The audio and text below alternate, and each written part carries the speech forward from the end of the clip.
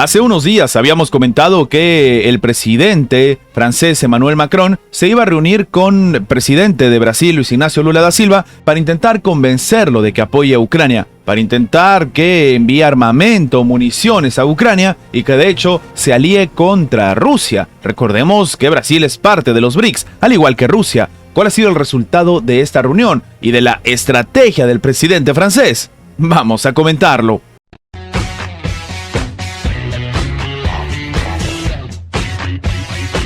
El encuentro entre el presidente Emmanuel Macron y Luis Ignacio Lula da Silva, como hemos comentado, presidentes de Francia y Brasil, pues respectivamente se planteó como un intento de Macron de poder obtener el apoyo de su homólogo brasileño en favor de Ucrania. Sin embargo, Lula ha reforzado la neutralidad de Brasil en el conflicto y las disputas sobre el acuerdo del Mercosur y la Unión Europea, otro punto también de divergencia entre los dos líderes. Tampoco han mostrado algún tipo de avance. Algunos hablan de una derrota, un fiasco diplomático por parte del presidente francés Emmanuel Macron. Para, por ejemplo, Carolina Pavese, doctora en Relaciones Internacionales por la London School of Economics, la reunión fue positiva en cuanto pues a las agendas bilaterales que solo interesan a los dos países. Pero desde el punto de vista de lo que algunos estaban comentando, los temas en los que intervienen otras naciones acabaron siendo poco explorados y de hecho las posiciones de ambos presidentes siguen siendo las mismas. Respecto al pacto comercial entre América del Sur y Europa,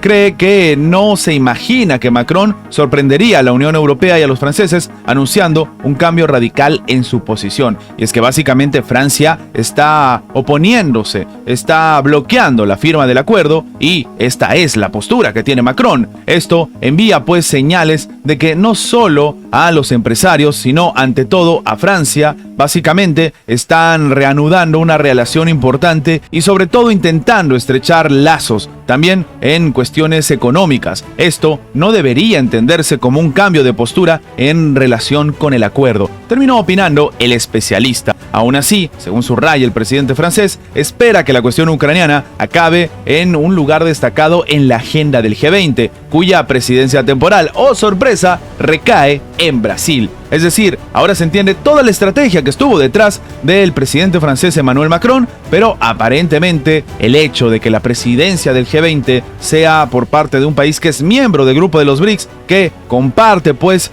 membresía, por así decirlo, con Rusia, que tiene muy buenas relaciones con la administración de Vladimir Putin, es algo incómodo para Macron, es algo incómodo para Occidente. En cualquier caso, Lula lo único que ha hecho es destacar una solución pacífica al conflicto, lo cual está demostrando que se da pues el margen para interpretarlo como un país que apoyará los diálogos de negociación, no las armas y no las municiones que tanto está buscando Ucrania y que curiosamente ahora también está buscando Francia. Antes de terminar, los invitamos a que se hagan miembros del canal para que además de tener acceso a la pestaña de comunidad donde publicamos muy a nuestro estilo las diferentes situaciones que suceden en la geopolítica actual con diferentes artículos y, como siempre, sin seguir ninguna agenda como hacen algunos medios tradicionales, también van a tener acceso previo a poder ver los videos antes de su publicación en las horas normales, en una forma de agradecerles a todos los que hacen posible el mantenimiento de este proyecto. De nuevo, por solamente $1.99